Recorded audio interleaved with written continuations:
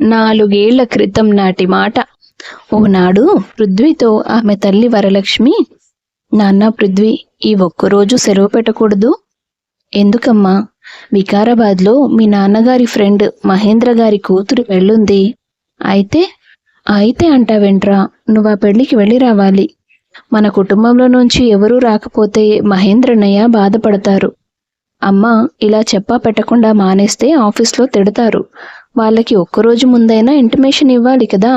Please నాన్న, ఎలాగోలా manage చేయరా. నువ్వు నాన్న వెళ్ళొచ్చు కదా. అయ్యో, మేమిద్దరం వెళ్దామని రెడీ అయ్యాం. ఇప్పుడే ఊరు నుండి ఫోన్ వచ్చింది. మీ బాబాయ్ అప్పుల వాళ్ళ బాధ తట్టుకోలేక ఎటో పారిపోయాడంట. 4 రోజుల నుంచి కనబడట్లేదు. తనంతట తానే వస్తాడులే అని ఇన్నాళ్ళు మనకి చెప్పలేదు. ఎంత చూసినా రాకపోవడంతో మీ పిన్ని ఏడుస్తూ ఫోన్ చేసింది. మేం వెళ్తే తనకి కాస్త ధైర్యం చెప్తాం. అయినా బాబాయ్ కన్నప్పులేంటి? తను మొదటి నుంచి అలాగే ఉన్నాడులేరా. ఆ సంగతి మేం చూసుకుంటాం. కానీ నువ్వు మాత్రం ఆ పెళ్ళికి వెళ్ళిరారా. ఓకే, నేను ఏదోలా మేనేజ్ చేస్తానులే. మీరు వెళ్ళండి. ఏదైనా అవసరమైతే నాకు కూడా ఫోన్ చేయండి. నేను కూడా వస్తాను. అలాగే అంటూ హడావిడిగా సూట్ కేస్ సర్దుకొని భర్తతో కలిసి తమ సొంత ఊరికి బయలుదేరింది వరలక్ష్మి. పృథ్వీ నిట్టూరుస్తూ అద్దం ముందు నిలబడి తన దగ్గరున్న వాటిలో కాస్త మంచి డ్రెస్ సెలెక్ట్ చేసుకొని, పెళ్లికి వెళ్తున్నాను కదా, ఇదైతే పర్ఫెక్ట్గా ఉంటుంది అనుకుని సింపుల్గా ఉన్న ఒక కుర్తా పైజామా వేసుకున్నాడు. ఆఫీస్కి ఫోన్ చేసి పర్మిషన్ తీసుకొని తన బైక్ మీద పెళ్లికి బయలుదేరాడు.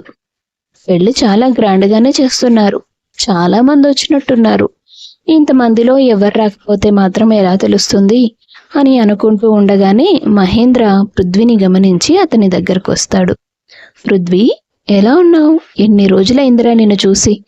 అమ్మా నాన్న ఏరి కనిపించడం లేదు. వాళ్ళు ఊరెళ్ళారు అంకుల్, కొంచెం అర్జెంట్ పని పడింది. అయ్యో, ఇవాళే వెళ్ళాలా?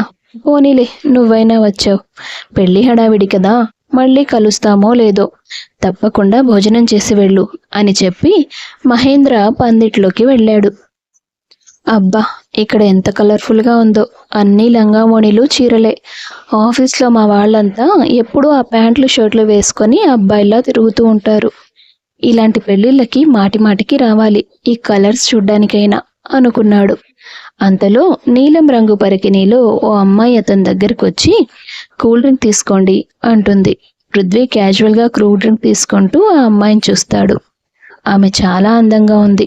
తనని చూసిన కొన్ని క్షణాల వరకు అతనికి నోటి వెంట మాటే రాలేదు. వెనక్కి తిరిగి వెళ్ళిపోతున్న ఆమెను పిలిచి ఆపాలని అనిపించింది అతనికి. కానీ ఎవరో తెలియదు, ఎలాగా అనుకుని ఆగిపోయాడు. తొలి చూపులోనే ఆమె అతనికి ఎంతగానో నచ్చింది. తన ఫోటో తీస్తే ఏదైనా ప్రాబ్లం అవుతుందేమో. క్యాజువల్గా పెళ్లి వీడియో తీస్తున్నట్లుగా ఫోన్లో రికార్డ్ చేస్తూ తనని నా కెమెరాలో బంధించాలి అని ఫోన్ తీసి అతను అనుకున్నట్టుగానే చేశాడు. పెళ్లి తంతు పూర్తయి వివాహ జంట పందిట్లో నుండి వెళ్ళిపోయినా అతని కాళ్ళు మాత్రం ఇంటివైపు కదలడం లేదు. 10 నిమిషాలకోసారైనా ఆమె అతనికి దర్శనమిస్తోంది. అవకాశాన్ని పోగొట్టుకోకూడదని చాలాసేపటి వరకు అక్కడే ఉన్నాడు. చీకటి కావచ్చింది, ఇక వెళ్ళాలి, తప్పదు అనుకుని బయలుదేరాడు. ఇంతసేపటి వరకు ఆ అమ్మాయి పందిట్లోనే ఉందంటే అంకుల్ వాళ్ళకి చుట్టాలయ్యి ఉంటారు. అమ్మ వాళ్ళు రాగానే ఈ విషయం చెప్పాలి అనుకున్నాడు అతను. వారం రోజుల తర్వాత ఇంటికి తిరిగి వచ్చిన వరలక్ష్మి విష్ణువర్ధన్లతో, అమ్మా, నాన్న, ఏమైంది? బాబాయ్ తిరిగొచ్చాడా? వచ్చాడ్రా. అప్పులోళ్ళకి ఏదో సర్ది చెప్పి కొంత డబ్బు కట్టి వచ్చాం. మిగిలింది కట్టడానికి బాబాయ్కి వాళ్ళు సమయం ఇచ్చారు. మంచిదే అయిందిలే. మీరెప్పుడొస్తారా అని ఎదురు చూస్తున్నాను. ఏ నాన్న, ఇదిగో ఈ వీడియో చూడండి. అరే, స్వప్న పెళ్లి వీడియో. పెళ్లి వీడియో తీసే పద్ధతిదా? ఇందులో వాళ్ళు సరిగా కనిపించడమే లేదు. మాటిమాటికి ఈ నీలం రంగు ఓణి అమ్మాయే కనిపిస్తోంది. మీరు చూడాల్సింది కూడా తననే అమ్మా. ఆ అమ్మాయి నాకు బాగా నచ్చింది. మీరు ఎలాగో సంబంధాలు చూస్తున్నారు కదా, తనెవరో ఒకసారి మహేంద్ర అంకుల్ని అడిగితే, నీకు నువ్వే అమ్మాయిని చూసుకునేంత పెద్దవాడివైపోయావు అన్నారు అతని తల్లిదండ్రులు.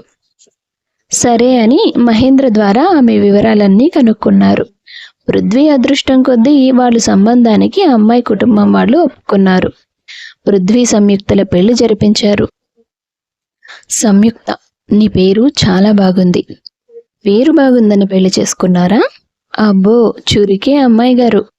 మీకన్నా కాదులేండి, ఒక్కసారి చూసినందుకే పెళ్లి దాకా తీసుకొచ్చారు. ఆ, పెళ్లి చేసుకున్నాను, వెంటపడి వేధించలేదు కదా. నా దగ్గర అంత టైం కూడా లేదు. వేధించడానికి లేదా, ప్రేమించడానికి లేదా? ఓయ్ అమ్మాయి, ప్రేమించాను కాబట్టే పెళ్లి చేసుకున్నాను. అవునా? తర్వాత ఏం చేస్తారో? అందరూ చేసేదే చేస్తాను అని అతను అనగానే ఆమె ఫక్కున నవ్వింది. అలా వారి కాపురం ఎంతో మురిపెంగా మొదలైంది. పృథ్వీ ఒక ఐటీ కంపెనీలో పనిచేసేవాడు. సంయుక్త డిగ్రీ వరకు చదువుకుంది. పెళ్ళైన 4 నెలలకే ఆమె నెల తప్పడంతో బయటికి వెళ్లి ఉద్యోగం చేసే అవకాశం ఆమెకు రాలేదు. ఇంటి పట్టునే ఉండి అత్తామామల్ని, భర్తని శ్రద్ధగా చూసుకునేది.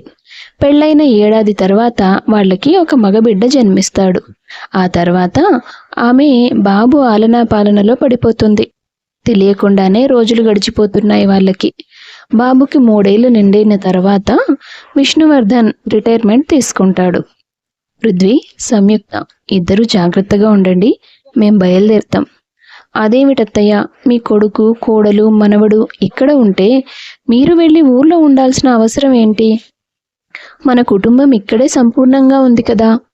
నిజమే, కానీ మీ మామయ్య గారికి ఊర్లో ఉండడం అంటేనే చాలా ఇష్టం. ఎందుకు మామయ్య అలాగా? ఇక్కడికి నేను కేవలం ఉద్యోగం కోసమే వచ్చాను తల్లి. కానీ పుట్టి పెరిగిన మట్టి మీద నాకు ప్రేమ ఎప్పుడూ చావలేదు. అవకాశం దొరికినప్పుడల్లా అక్కడికే వెళ్ళి వాలిపోయేవాణ్ణి. ఇప్పుడు ఇక్కడ చేయడానికి పని కూడా లేదు. రోజంతా ఖాళీగా కూర్చోవాలి, అది నా వల్ల కాదు. అదే ఊర్లో అయితే నా పేరు మీదున్న 3 ఎకరాల పొలం సాగు చేసుకుంటూ నా చిన్ననాటి స్నేహితులందరితో కలిసి ముచ్చట్లాడుతూ ఒకప్పటి నా జీవితాన్ని మళ్ళీ కొత్తగా ప్రారంభిస్తాను. మీ అత్తయ్య కూడా ఇక్కడి కంటే అక్కడే బాగా ఊసిపోతుంది. మన చుట్టాలంతా అక్కడే ఉన్నారుగా. వీలు చూసుకొని అప్పుడప్పుడు మీరే వస్తూ ఉండండి. నా మనవడిని చూడకుండా నేను ఎక్కువ కాలం ఉండలేను మరి అని చెప్పి విష్ణువర్ధన్ వరలక్ష్మితో సహా ఊరు బయలుదేరాడు. వాళ్ళు వెళ్ళిపోయాక ఇల్లు చాలా బోసిగా అనిపించింది సంయుక్తకి. యశ్వంత్ స్కూల్లో చేర్పించడంతో బాబు కూడా రోజంతా ఇంట్లో ఉండట్లేదు. దాంతో భర్తని, నేనేదైనా ఉద్యోగం చూసుకుంటానండి, ఇంట్లో ఏమీ ఊసిపోవట్లేదు. నాకు వచ్చే జీతం మనకు సరిపోతుంది కదా సంయుక్త. మన చిన్నప్పుడు ఇంట్లో టీవీలు, ఫోన్లు ఏవైనా ఉన్నాయా? అయినా కూడా మా అమ్మ హౌస్ వైఫ్గా ఇన్నేళ్ళు ఉండలేదా? ఈ జనరేషన్లో బోలెడంత ఎంటర్టైన్మెంట్, తోచకపోవడానికి ఏముంటుంది అని కొట్టిపడేశాడు అతను. తర్వాత కొన్ని రోజులకి పృథ్వీకి ప్రమోషన్ వచ్చింది. వాళ్ళిద్దరూ చాలా సంతోషించారు. ప్రమోషన్ తర్వాత పృథ్వీకి బాధ్యతలు పెరిగాయి. దాంతో కాస్త ఆలస్యంగా ఇంటికి రావడం మొదలుపెట్టాడు. ఏంటి ఈయన ఈ మధ్య టైంకి ఇంటికి రావట్లేదు? ఇప్పుడు టైం 9 అవుతోంది. ఇప్పటిదాకా ఇంట్లో నన్ను వదిలేసి ఆఫీస్లో ఉండడం ఏంటి అనుకుంటూ బాబును నిద్రపుచ్చుతుంది సంయుక్త. సరిగ్గా 10 గంటలకి కాలింగ్ బెల్ మోగుతుంది. సంయుక్త డోర్ తీసి చూసేసరికి పృథ్వీ వాలకం కాస్త విచిత్రంగా ఉంది. ఏంటి, మళ్ళీ తాగొచ్చారా? లోపలికి రానిస్తావా, బయట నిలబెట్టి మాట్లాడతావా? తప్పుకో అంటూ అతను లోపలికి వచ్చాడు. ఏమైంది మీకు? ఈ వారంలో ఇది 4వసారి మీరు తాగేసి రావడం. నేనేం కావాలని తాగలేదు. ఆఫీస్లో పార్టీ జరిగింది. మీ ఆఫీస్లో ఎన్నిసార్లు పార్టీ జరుగుతుందండి? 3 నెలల క్రితం వరకు ఎప్పుడూ ఇలా జరగలేదు. అప్పుడు నాకు ప్రమోషన్ రాలేదు కదా. ఇప్పుడు ఆఫీస్లో నా పొజిషనే వేరు. అందరూ ఏదో విధంగా నన్ను కాకపట్టడానికి ట్రై చేస్తారు. బయటకి తీసుకెళ్తారు, పార్టీ ఇస్తారు. ఎన్ని చేసినా ఎవరిని ఎక్కడ ఉంచాలో నాకు తెలుసనుకో. అవన్నీ బాగా తెలుస్తాయి. ఇలా మాటిమాటికి తాగడం తప్పని తెలియదా? అబ్బా, నస పెట్టకు. నస కాదండి, అత్తయ్య వాళ్ళు వెళ్ళిపోయిన దగ్గర నుంచి నేను ఇంట్లో ఒంటరిదాన్ని అయిపోయాను. మీరు కూడా సమయానికి రాకపోతే నేను ఎవరితో మాట్లాడాలి చెప్పండి. చూడు, మేము 8 వరకు ఆఫీస్లోనే ఉన్నాం. ఆ తర్వాతే బయటకి వెళ్ళాం. నేనేం నీలాగా ఖాళీగా కూర్చోవట్లేదు కదా. నిజమే అయ్యుండొచ్చు, కానీ మీరు నాకు బొత్తిగా సమయం ఇవ్వట్లేదు. ఊరికే కూర్చుంటే చెట్లకి డబ్బులు కాయవు, పని చేస్తేనే వస్తాయి.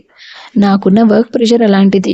ఏదో నిన్ను కావాలనే దూరం పెడుతున్నట్టు మాట్లాడుతున్నావు నువ్వు అంటూ నిర్లక్ష్యంగా వ్యవహరిస్తాడు పృథ్వీ. రోజురోజుకి అది ఇంకా పెరుగుతూ వచ్చింది. ఉదయం త్వరగా వెళ్ళేవాడు, రాత్రులు లేటుగా వచ్చేవాడు. మధ్యలో కూడా ఆమెకు ఒక ఫోన్ కానీ మెసేజ్ కానీ చేయడం కూడా తగ్గించేశాడు. సంయుక్తకి విసుగొచ్చేసింది. నెలల కొద్దీ ఇలాగే కొనసాగితే ఈ ఇంట్లో ఉండాలంటే నాకు పిచ్చి పట్టేలా ఉంది అనుకుంది ఆమె. కొన్నాళ్ల తర్వాత ఓ రోజు ఎప్పట్లాగే రాత్రి లేటుగా వచ్చిన భర్త కాలింగ్ బెల్ కొట్టడంతో వెళ్ళి డోర్ తీస్తుంది ఆమె.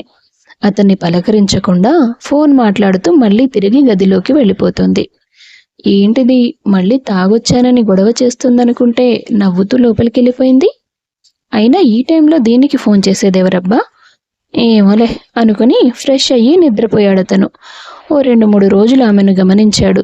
తను అతనికి ఎదురుపడిన ప్రతిసారి ఫోన్లో మెసేజ్ చేయడమో ఎవరితోనో ఫోన్ మాట్లాడుతూ ఉండడమో చూస్తున్నాడు. ఓ రోజు, సంయుక్త, ఏంటి ఈ మధ్య ఎప్పుడు చూసినా ఫోన్లోనే ఉంటున్నావు? మరేం చేయాలి, మీతో మాట్లాడదామంటే మీకు అసలు టైమే ఉండదు. మీరే అన్నారు కదా టీవీలు ఫోన్లే ఎక్కువ టైంపాస్ అవుతాయని. అదే చేస్తున్నాను. నేను 24 గంటలు ఫోన్లు మాట్లాడమనలేదు. అయినా ఎవరవతలా? నా కాలేజ్ ఫ్రెండ్ రాకేష్ అండి. మేమంతా ముద్దుగా రాకీ అంటాం అని ఆమె అనగానే అతనికి గుండెల్లో రాయి పడ్డట్టవుతుంది. రాకీనా? అంటే నువ్వు అబ్బాయిలతో మాట్లాడుతున్నావా? అదేంటండి అలా అడిగారు? మీరు సాఫ్ట్వేర్ జాబ్ చేస్తున్నారు. రోజుకు 100 మంది అమ్మాయిలతో మాట్లాడతారు, కలిసి లంచ్ చేస్తారు, పార్టీలకు వెళ్తారు. అలాంటి మీరు ఇలాంటి ప్రశ్న అడుగుతున్నారా? ఇవాళ రేపు అమ్మాయిలు అబ్బాయిలు ఎంత ఫ్రెండ్లీగా ఉంటారో మీకు తెలీదా? తెలుసు, బాగా తెలుసు. అదే కదా నా బాధ. ఇప్పుడు దీన్ని ఏదైనా అంటే ఎలా రియాక్ట్ అవుతుందో తెలీదు. అనుకుని ఆఫీస్కి వెళ్ళిపోతాడు అతను. ఓ వారం రోజుల వరకు ఎప్పట్లాగే కొనసాగింది. సంయుక్తకి రాకేష్కి మధ్య మెసేజ్లు ఫోన్లు ఎక్కువయ్యాయి. అది గమనిస్తున్న పృథ్వీకి టెన్షన్ మొదలైంది. ఓ రోజు ఆఫీస్లో, సార్, ఆఫీస్ టైం అయిపోయింది కదా, కాసేపు అలా బయటకెళ్ళొద్దాం, మీకు మంచి పార్టీ ఇస్తానన్నాడు అతని కొలీగ్. పృథ్వీ గడియారం వైపు చూశాడు. అమ్మో, టైం 7 అవుతుంది. ఇప్పుడు నేను వీడితో కలిసి పార్టీకి వెళ్తే 10 వరకు అక్కడ సంయుక్త ఆ రాఖీగాడితో సోది వేస్తూ ఉంటుంది అనుకుంటాడు. నేనెక్కడికి రాను, మీరు వెళ్ళండి, నేను ఇంటికి వెళ్తాను అని చెప్పి గబగబా ఇంటికి వెళ్తాడతను. ఇంట్లోకి వెళ్ళి చూస్తే సంయుక్త వంట పూర్తి చేసి బాబుతో ఆడుకుంటూ కనిపిస్తుంది. ఏంటి, ఇవాళ ఇంకా మీ ఫ్రెండ్ ఫోన్ చేసినట్లేదు? వాడికి ఆఫీసు మార్నింగ్ 11 నుంచి 8 వరకంట. సో ఈ టైమింగ్లో అతను నాకు కాల్ చేయడు. 8 దాటిన తర్వాతే చేస్తాడు. అయినా వాడికి పెళ్ళాం పిల్లలు లేరా? అయ్యో, అదెందుకు అడుగుతారులేండి. మా బ్యాచ్ మొత్తంలో ఇప్పటిదాకా పెళ్లి కాకుండా మిగిలింది వాడొక్కడే. రూమ్లో ఒంటరిగా ఉంటున్నాడు. అందుకే టైంపాస్ కోసం నాకు ఫోన్ చేస్తూ ఉంటాడు. వాడు ఒంటరిగా ఉన్నాడని నా ఇంట్లో మంట పెడతాడా అని తిట్టుకుంటూ అతను వెళ్ళి స్నానం చేసి వచ్చి భోజనానికి కూర్చున్నాడు. సంయుక్త భర్తకు వడ్డిస్తున్నప్పుడే రాఖీ నంబర్ నుండి ఆమెకు ఫోన్ వస్తుంది. అదిగో మళ్ళీ వాడే, మీరు వడ్డించుకోండి, నేను మాట్లాడొస్తాను అని ఫోన్ పట్టుకొని బెడ్రూమ్లోకి వెళ్ళిపోతుంది ఆమె. పృథ్వీకి ఒక్క ముద్ద కూడా సహించలేదు. నెమ్మదిగా వెళ్ళి తలుపు దగ్గర నిల్చొని ఏం మాట్లాడుకుంటారని వింటాడు. రాఖీ, ఆయన ఈరోజు త్వరగా వచ్చేశారు. ఏంటో మరి తెలీదు. ఏం చేస్తున్నావు, ఏదైనా వండుకున్నావా అంటూ మాట్లాడుతుంది ఆమె. మొగుణ్ణి డైనింగ్ టేబుల్ దగ్గర ఒక్కడినే వదిలేసి వాడు తిన్నాడో లేదో వచ్చి కనుక్కుంటుంది. ఈ ఆడాళ్ళకి ఫ్రీడమ్ ఇస్తే నెత్తికెక్కి కూర్చుంటారు. డైరెక్ట్గా నింద వేస్తే నేనేదో చెడ్డవాడిని అన్నట్టు ఉంటుంది. అసలు ఆ రాఖీ గాడిని కట్ చేయాలి అనుకుని అతని ఫోన్ నెంబర్ సంయుక్తకి తెలియకుండా తీసుకుంటాడు. పృథ్వీ ఎన్నిసార్లు ఫోన్ చేసినా అతను లిఫ్ట్ చేయలేదు. అంటే ఇది నా నెంబర్ వాడికి ముందే ఇచ్చుంటుంది, ఇక ఊరుకోకూడదు అనుకుని ఓ రోజు సంయుక్తను నిలదీస్తాడతను. నువ్విలా రోజు అతనితో మాట్లాడడం నాకు నచ్చలేదు సంయుక్త. ఎందుకండి, నేనేం తప్పుగా మాట్లాడడం లేదే. నీ ఉద్దేశాలు ఎలా అయినా ఉండొచ్చు, కానీ అతని ఉద్దేశం మంచిదే అని గ్యారెంటీ ఏంటి? వాడికి నీ మీద తప్పుడు ఉద్దేశాలు ఉండొచ్చు కదా. ఒక మగాడిగా మగాళ్ళు ఎలా ఆలోచిస్తారో నాకు తెలుసు. అయితే ఇప్పుడు ఏమంటారు? మీకు అనుమానం ఉందని నేను మాట్లాడకూడదంటారా? మీకేమో నాతో మాట్లాడడానికి టైం ఉండదు, ఫ్రెండ్స్తో మాట్లాడితే అనుమానాలు. ఇదేం పద్ధతిగా లేదండి. నేనేం ఖాళీగా ఉండి నిన్ను అవాయిడ్ చేయలేదు కదా. మీకు నాతో మాట్లాడడానికి, నాకు ఫోన్ చేయడానికైతే సమయం దొరకదు. కానీ నా మీద స్పై చేయడానికి, ఎవరితో మాట్లాడుతున్నాను, ఏం మాట్లాడుతున్నాను, ఎంతసేపు మాట్లాడుతున్నానని ఎంక్వైరీ చేయడానికి టైం ఉంటుంది. 3 నెలల నుంచి 9 గంటల కంటే ముందు ఎప్పుడైనా ఇంటికొచ్చారా? కానీ ఈ మధ్య 7 కూడా కాకముందే వచ్చేస్తున్నారు. కారణం నా మీద అనుమానం, ఇంకొకరితో సన్నిహితంగా ఉంటున్నానేమోనని అసూయ. నువ్వు నా భార్యవి, నా సొంతం అనే భావన నాకుండదా? అసూయ ఉండకపోతే ఏం చేస్తుంది? మరి మీరే నా భర్త కదండి, మీతో సమయం గడపాలని, ప్రేమగా మాట్లాడాలని నాకుండదా? ఇంకెవరి కారణంగానో మన బంధం ఎక్కడ పాడైపోతుందో అన్న భయం వల్ల మీకు తెలియకుండానే సమయానికి ఆఫీస్కి వెళ్తున్నారు, త్వరగా వచ్చేస్తున్నారు. అంటే బంధం తెగిపోతుందంటే జాగ్రత్త పడ్డానికి సమయం కేటాయిస్తారు, కానీ భార్య బాధపడుతుందని ఆలోచించడానికి సమయం కేటాయించలేరా? రోజుకు 9 గంటలు ఆఫీస్లోనే ఉంటారు, 7-8 గంటలు రాత్రులు నిద్రపోతారు, ఓ 2-3 గంటలు రెడీ అవ్వడానికి, భోజనాలకి హడావిడి ఉంటుంది. మిగిలింది చాలా కొద్ది సమయం అండి. అందులో నుంచి 1 గంట నాకు కేటాయిస్తే నేను సంతోషంగా ఉంటాను కదా. మీరు కష్టపడి సంపాదించేదంతా మన కోసమే, నాకు తెలుసు. కానీ మీ సంపాదన కంటే మీ సమయాన్నే నేను ఎక్కువగా కోరుకుంటున్నాను. అది మీకు తెలియట్లేదు. ఏదో మీరు నన్ను ఉద్యోగానికి బయటికి వెళ్ళనివ్వలేదని నేను ఇలా అనడం లేదు. ఒకవేళ నేను ఉద్యోగం చేస్తున్నా సరే, అప్పుడు కూడా మీరు నాకు సమయం ఇవ్వకపోతే ఇలాగే మాట్లాడేదాన్ని. ఉదయం లేవడంతోనే ఒక పలకరింపు, కాఫీ గాని భోజనం గాని బాగుందని ఒక మెచ్చుకోలు, నిద్రపోయేటప్పుడు తలదిండుగా మీ చేయి, ఇవి నాకు ప్రతిరోజు అవసరమండి. మీ భార్యగా నేను ఆనందంగా ఉండడానికి ఇవి చాలా ముఖ్యం నాకు. అర్థం చేసుకోండి. సారీ సంయుక్త, నిన్నెంతో ఇష్టపడి పెళ్లి చేసుకున్నాను, కానీ ఎప్పుడు నీకోసం ఏం చేస్తున్నానని ఆలోచించలేకపోయాను. మరి ఇదంతా డైరెక్ట్గా చెప్పొచ్చు కదా, మధ్యలో ఈ రాఖీగాడి గొడవేంటి? డైరెక్ట్గా చెప్తే ఎవరికీ అర్థం కాదు, అందుకే వాడి హెల్ప్ తీసుకున్నాను. నాకు కాల్ వచ్చేది వాడి ఫోన్ నుంచి అయినా నేను మాట్లాడేది వాడి భార్య రమ్యతో. ఆమె కూడా నా క్లాస్మేటే, వాళ్ళది లవ్ మ్యారేజ్. మీరు ఇలా బిహేవ్ చేస్తున్నారని చెప్తే తనే నాకు ఈ సలహా ఇచ్చింది. అమ్మని, ఎంతైనా మీ ఆడాళ్ళు ముదుర్లే, మొగుణ్ణి కొంగు కట్టుకోవాలన్నా, మొట్టికాయ వేసి మార్చుకోవాలన్నా ఏదైనా అవుతుంది మీ వల్ల అంటూ ఆమె చెయ్యి పట్టుకొని దగ్గరికి లాక్కొని మురిపెంగా హత్తుకున్నాడు పృథ్వీ. ఆ రకంగా వాళ్ళిద్దరి మధ్య మనస్పర్ధలు పోయి బాబుతో కలిసి సంతోషంగా జీవించారు. ఎంత సంపాదించినా సంతోషం కోసమే. అన్ని సంతోషాల్ని డబ్బుతో వెలకట్టలేం. అందుకే మీ వాళ్ళకి కాస్త సమయం కూడా ఇవ్వండి, బదులుగా మరింత ప్రేమను పొందుతారు. కథ నచ్చితే వీడియో లైక్ చేసి షేర్ చేయండి. తప్పకుండా ఛానల్ను సబ్స్క్రైబ్ చేసుకోండి. మీ అభిప్రాయాన్ని కామెంట్స్ రూపంలో తెలియపరచండి. అందరికీ ధన్యవాదాలు.